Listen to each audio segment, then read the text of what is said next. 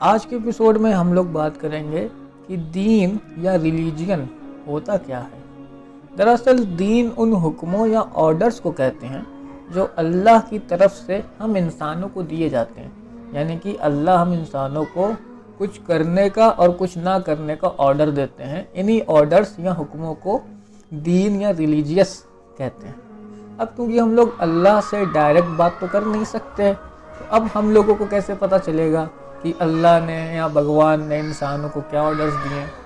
اس کے لیے اللہ ہم انسانوں میں سے کچھ ایسے انسانوں کا چناؤ کرتے ہیں جن سے اللہ ڈائریکٹ بات کرتے ہیں اور اپنے حکموں یا آرڈرز کو اس شخص کو بتاتے ہیں، اور اس شخص کے ذریعے ہم عام انسانوں تک یہ آرڈرز، یہ حکم پہنچتے ہیں جو اللہ نے ہم انسانوں کو دیے ہیں۔ اب ان چنے ہوئے انسانوں کو ہی پیغمبر بولتے ہیں، یعنی کہ پیغمبر وہ انسان ہیں جن کو اللہ اس کام کے لیے چنتے ہیں جن کے ذریعے سے اپنے آرڈرز یا حکموں کو ہم تک پہنچائیں اور ان کے ذریعے سے اپنے حکموں اور آرڈرز کو قائم کروائیں۔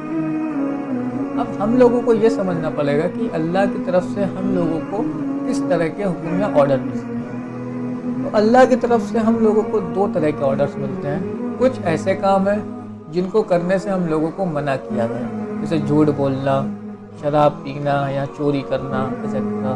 اور کچھ ایسے کام ہیں جو ہم لوگوں کو کرنے ہیں، جیسے کسی بھوکے کو کھانا کھلانا، کسی ضرورت مند کی مدد کرنا، کسی کو صدقہ دینا۔ اللہ نے اپنے آخری پیغمبر محمد صلی اللہ علیہ وسلم کے ذریعے سے ہم لوگوں کو یہ بتایا کہ اللہ نے اس دنیا میں کل 1,24,000 پیغمبر بھیجے۔ اب ان پیغمبروں میں سب سے آخری پیغمبر ہیں وہ ہیں حضرت محمد صلی اللہ علیہ وسلم، یعنی کہ ان کے بعد اب کوئی بھی پیغمبر نہیں آئے گا۔ اس لیے اللہ نے جو کتاب حضرت محمد صلی اللہ علیہ وسلم کو دی، جسے ہم لوگ قرآن کہتے ہیں، وہ اللہ نے قیامت تک کے لیے محفوظ کر دی، یعنی کہ اس سے پہلے جتنی بھی کتابیں آئیں یا جتنے بھی حکم اللہ نے پیغمبروں کو دیے تھے جو لوگوں نے اپنی کتابوں میں لکھے، وہ کتابیں لوگوں نے اپنے فائدے کے لیے بدل ڈالی یا ان حکموں کو ادھر ادھر کر دیا۔ لیکن قرآن کیونکہ اللہ کی آخری کتاب ہے، اس لیے اللہ نے قرآن میں خود یہ فرمایا ہے کہ اس کتاب کی حفاظت کا ذمہ میرا ہے۔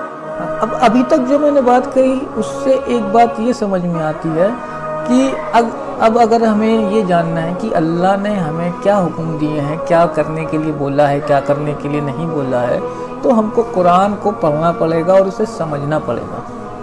اور دوسری بات یہ کہ کیونکہ حضرت محمد صلی اللہ علیہ وسلم آخری پیغمبر ہیں، اب ان کے بعد کوئی بھی نبی نہیں آئے گا، تو اب اس کام کی ذمہ داری ہم لوگوں پر ہے کہ ہم لوگ دوسروں تک، جن تک یہ پیغام نہیں پہنچا ہے کہ اللہ نے انہیں کیا حکم دیا ہے، کیا کرنے کو بولا ہے، کیا کرنے سے بچنا ہے، تو ان لوگوں تک ہمیں یہ پیغام پہنچانا ہے۔ یہ ہماری ایک ذمہ داری، رسپانسبلٹی ہے۔ اب میں واپس سے ریپیٹ کروں گا وہ 3 پوائنٹس جو میں نے ابھی تک بات کی ہے۔ نمبر 1 یہ کہ دین کیا ہے؟ دین اللہ کے حکموں کو کہتے ہیں، اور یہ حکم 2 طرح کے ہیں، کچھ ایسے کام جو ہمیں کرنے اور کچھ ایسے کام جو ہمیں نہیں کرنے۔ دوسری بات یہ کہ اللہ اپنے پیغمبروں کے ذریعے سے ہم لوگوں تک اپنی بات پہنچاتے ہیں کہ آپ انسانوں کو کیا کرنا چاہیے اور کیا نہیں کرنا چاہیے، کس طرح سے زندگی گزارنی چاہیے، اور اپنے حکموں کو اللہ نے قرآن میں اور حدیث میں محفوظ کر دیا ہے۔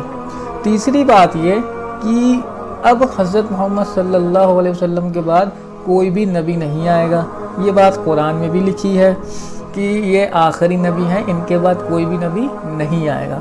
تو لہٰذا اس کام کی ذمہ داری حضرت محمد صلی اللہ علیہ وسلم کی امت پر ہے، یعنی کہ ہم لوگوں پر ہے کہ اب ہم لوگوں کو یہ قرآن اور حدیث کا پیغام دوسروں کو پہنچانا ہے، جن تک یہ نہیں پہنچا یا جن تک پہنچا ہے انہوں نے صحیح سے سمجھا نہیں ہے، خود بھی سمجھنا ہے اور دوسروں کو بھی سمجھانا ہے۔